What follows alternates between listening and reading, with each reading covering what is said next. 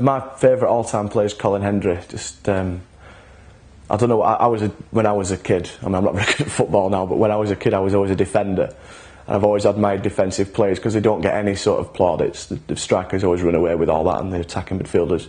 But Colin Hendry, at the time when we were winning the league, he probably stopped twice as many goals as Alan Shearer scored, and he was just absolute Blackburn through and through. I mean, they called him Brave Horse and all that. And he was just a legend. I mean, anyone that can have the chant, Hendry shows you behind and respond to it has to be a bit of a legend, really, don't they? Yeah, he was one of the ones when he went to Rangers just as around the time we were getting relegated in '99, and I remember being particularly disappointed about that. But other players I've seen, obviously Alan Shearer, but my memories of him aren't so clear. I remember when he came back for Tony Pox's testimonial a few years ago. He was sort of finally forgiven for leaving the club, and it was really nice to see him come back and put on a Rovers shirt again. Shearer got up Rovers fans' noses because there's always been this story that we won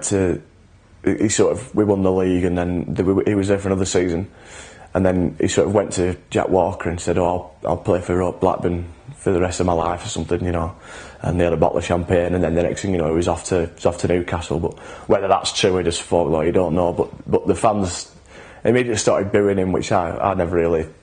I don't like booing people. I don't unless they play for Burnley, Bolton. But I try, especially when it's your own team, your own players, never boo them.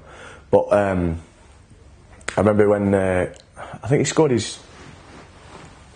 He either broke a record or something. He scored a goal in a match at Ewood or something. It was either a record at Newcastle or a record in English football or something, and stood up and applauded him for that. And I thought it was quite big of the Rovers fans who'd sort of abused him for so many years.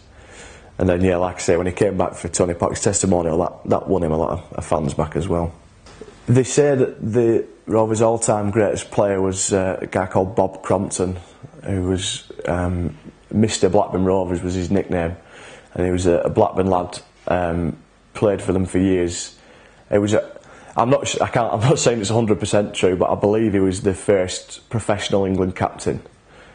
Back in the days when the FA frowned upon anything that wasn't amateur, and he went on to manage us twice, including, I think, took us to the 1928 Cup final. Last time we won the FA Cup, he was a manager, and apparently he died after a match. We just beat Burnley, and then he died on the match day.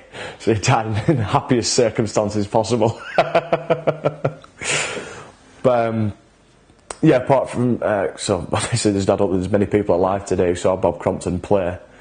But you've got we had a great team in the 50s by all accounts, with